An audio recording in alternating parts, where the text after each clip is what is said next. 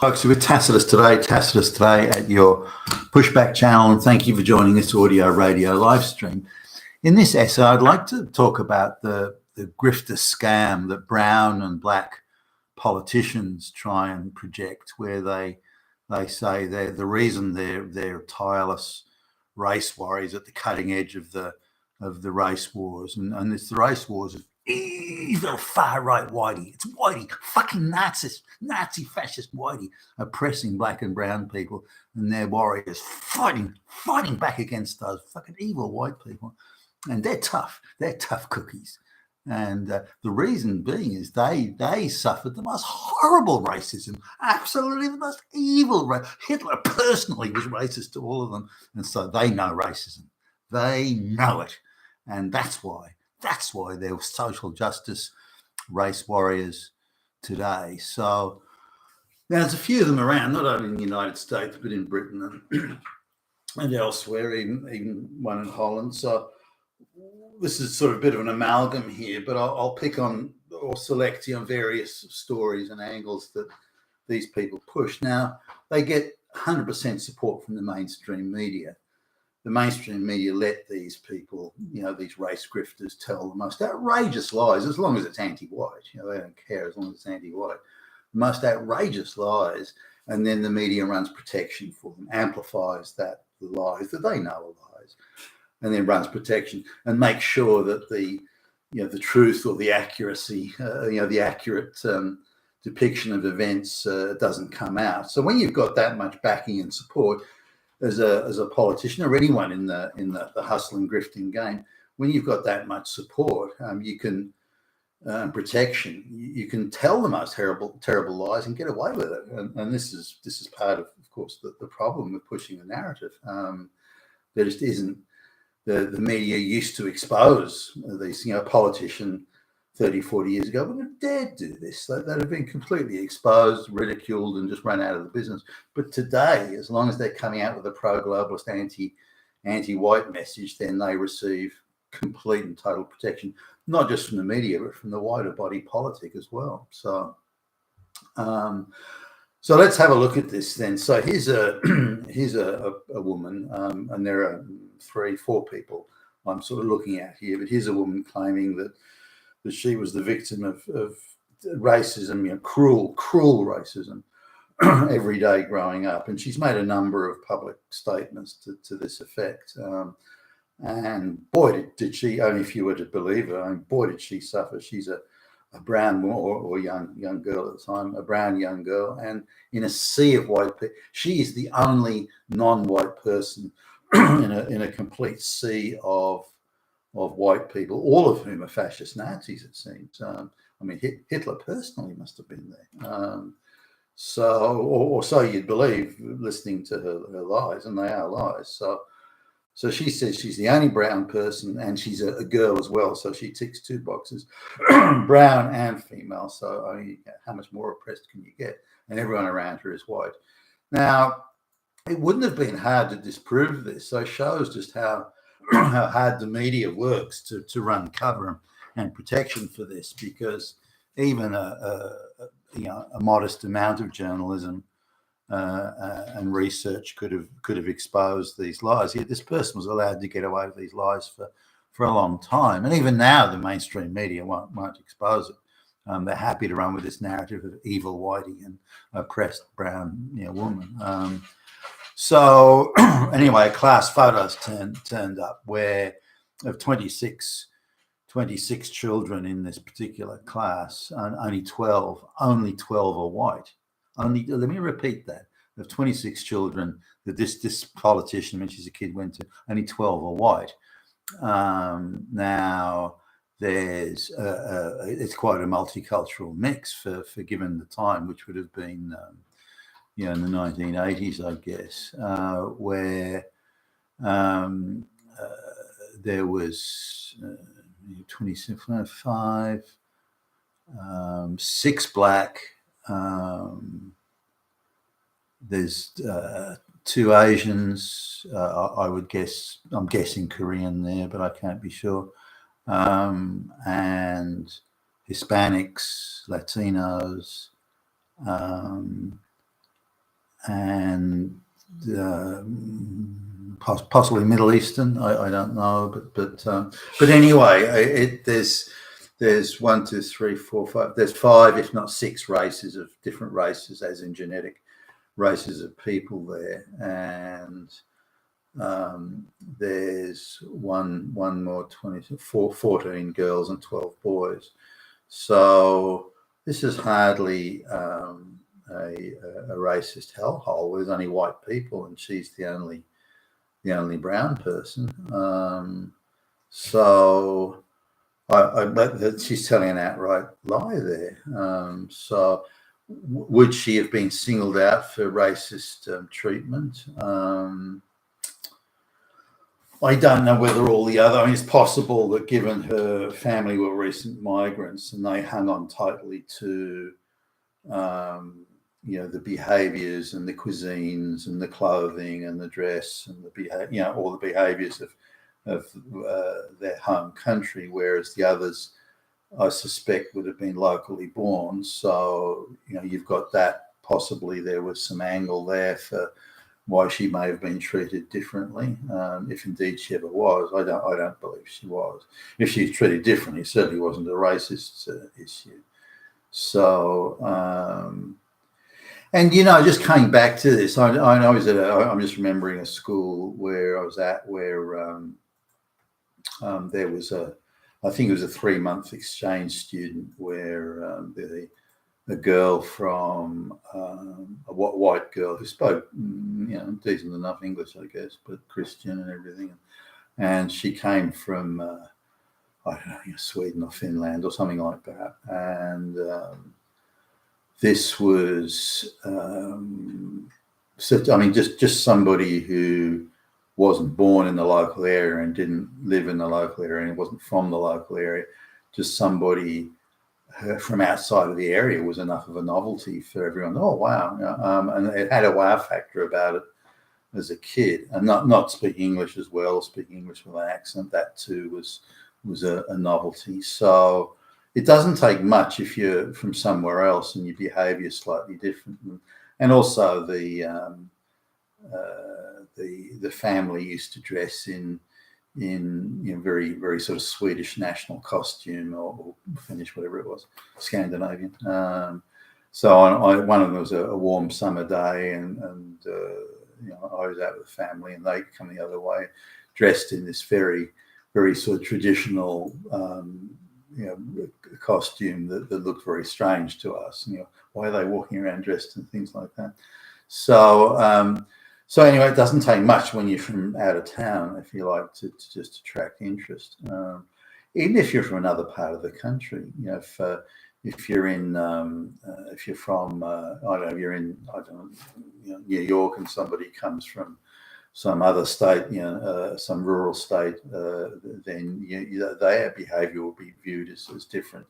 But does that mean it's racist? No, it doesn't. You've just got someone coming from outside with what appears to be unusual behaviours, and it is behaviours. It's not racist. That's nonsense. So having a look at this, then this same woman's in high school, same thing again. Very, very sort of multiracial. You could say there's a multicultural possibility of an issue there, but look, her family comes from an upper caste, and they would have been, had servants around them, and they would have had people groveling and crawling to them where they came from. And then they come to a place like the United States, which is far more egalitarian, and they're not treated with anywhere near the respect and the reverence that they were treated from where they came from. And these sort of people, they view this with some sort of horror. Well, why don't you respect me? You have to respect me. I'm spiritually, socially, and so on superior to you, and you have to treat me with the necessary respect and due reverence. And when they don't get that, they often perceive it as some sort of form of racism, and they have the right to behave differently and hang on to the minutiae of their cultural habits, and if they're treated differently from that, again, that's everyone else is being evil to them. It's not that they should be working harder to fit in. But anyway, those are the but and then college again. So there's no indication at all of racism. She was brown, but she was dating white guys, and some of this, if you read between the lines, she sort of intimates that they were unsuccessful in having an arranged marriage or something. They couldn't get the immigration authorities to agree to it. I don't know. I mean, this is not expressly said. Otherwise, there would have been an arranged marriage. So she's dating white guys. I mean, she's like at college and so on. She's dating white guys and ends up marrying a white guy. She ends up being given jobs in excuse me, all white companies, all white institutions. So it's very hard to see even a single example of racism. I imagine her parents would, because they clung tightly to the behaviours of their home country, and I imagine they would feel out of place and feel that they're being treated differently. But they're insisting on behaving differently. You can't then complain about being treated differently. So maybe there's an element there. But look, going through this, I can't find this. So all of it's lies. And again, it could have been easily exposed by the media. They could have jumped all over this and made an absolute mockery of this very stupid person pretending to be I'm an oppressed victim, and I'm a race warrior. I mean, what a fucking grift. Now there's another case in England. There's a black guy who came from one of Africa's wealthiest and most corrupt families, and they wanted him to have the good sort of British private school education and so on. Such was their wealth and clout that they actually imported a bunch of his friends. So there was the little prince, if you like, the rich prince, and they just well, we can't have him on his own, there amongst all those white people. So they arranged a dozen or so of his friends and other people and so on, black kids to go over there sort of as a group, so they could all hang out together. Now here's again a princeling who's used to servants and peasants and people bowing and scraping and all this sort of stuff, and begging to be in his favour. And then he comes to a Western white country where it's quite egalitarian, or certainly by comparison to what he's used to. And no one's treating him like royalty, and no one's treating him with that deference and grovelling respect that he got in Africa. So his recollection of things is that's racism. What else can it be? People grovel to me in Africa, they don't hear. So that means they must be racist. Fucking white Nazi fascist, right? But of course, it's not that. It's nothing of the sort. And you see that same pattern going throughout. The idea that these people, and there's a couple of others that I could throw in there, the idea that these people are victims of racism is absurd. Is another one who's been handed out just about every gift imaginable in a white country. Very lucrative book publishing contracts, speaking engagements, all sorts of things. I mean, her income is like over $1 million a year for someone who's got some bullshit affirmative action sociology degree, and she's a moron to boot. And no one's paying me $1 million a year to spat absolute utter nonsense, in the public domain. So is she a victim of racism? Absolutely not. Quite the reverse. But this is the persona, and this is the image they have to make up. Again, fully aided and abetted and assisted by every institution, every media outlet, and so on. So she can just go and say, "Well, look, I was a victim of racism, and that's why I'm a race warrior now, because I'm going to fight back against this scourge of entrenched systemic racism by those evil white people." There's never anyone else. There's only white people, evil white people, and we have to stamp it out. We have to root out all those Nazis, and this is the narrative that the globalists want. So they use these people to further it, and it's a complete grift. You're looking at very ordinary, low IQ, people who where they only exist. Their only gift, assuming it's a gift, is to run around screaming racism and we got to do something. We got to hold those evil whiteys to boot, which is of course insane. But this is the gig that's going around town, and again could easily be exposed, but the mainstream media are protecting it. And it's also the race hustle. The race hustle thing through the media generally, and how they arrange the race hustling. They'll climb all over something that's got a race hustle angle on it, and thrust it up to be a international headline. And here's a good one here, and I just looked at this last night. And keep in mind, this is an international headline. Okay, an international headline. There's a black kid at this school. A school in, I think it's in the United States, and he's got dreadlocks in long hair, which is contrary to the school's dress policy. Your hair has to be a certain length, and he was asked to cut his hair, and so it's black kid. He's asked to cut his hair. He refuses, so they go through this laborious, where they keep on asking nicely and politely and sending, very, very groveling but pleading letters. Please, will you, pretty pleasey, little pretty pleasey, cut your hair, and tap dancing around and doing the eggshells thing, while this punk kid with an activist single mother is trying to turn it into an issue.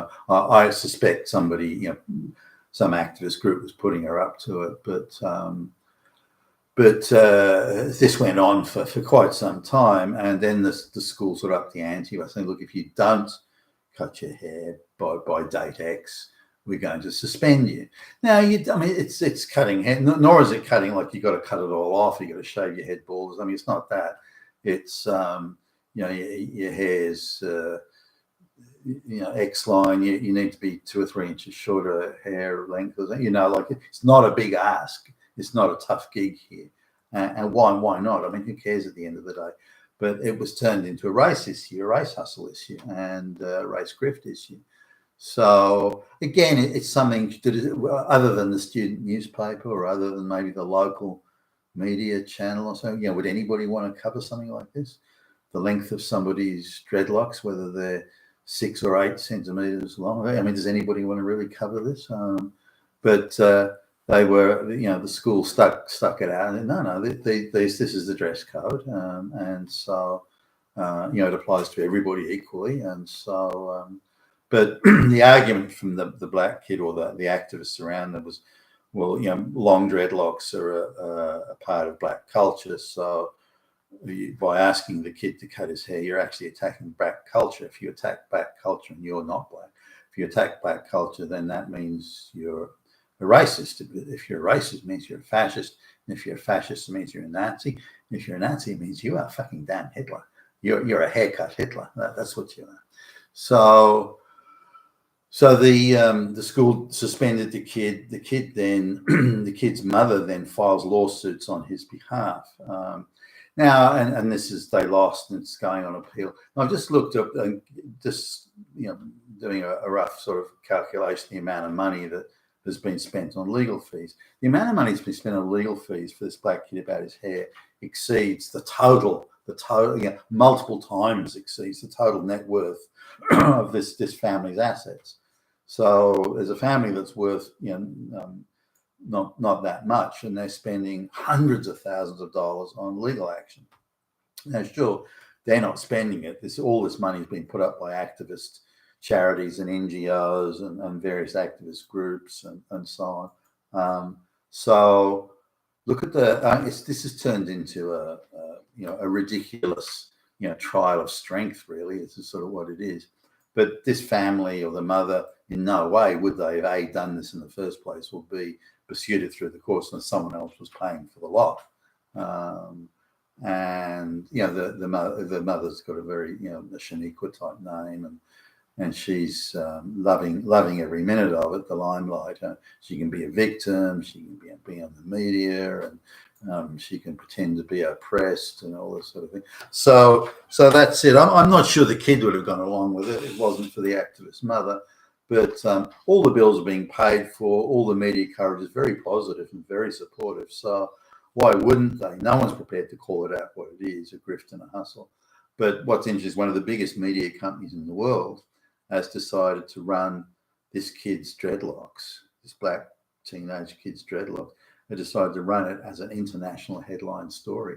So this is how they gin up and stir up race conflict, is with this exact sort of thing, just as these politicians are claiming they were victims of systemic and evil racism when they're doing nothing but telling the most terrible lies.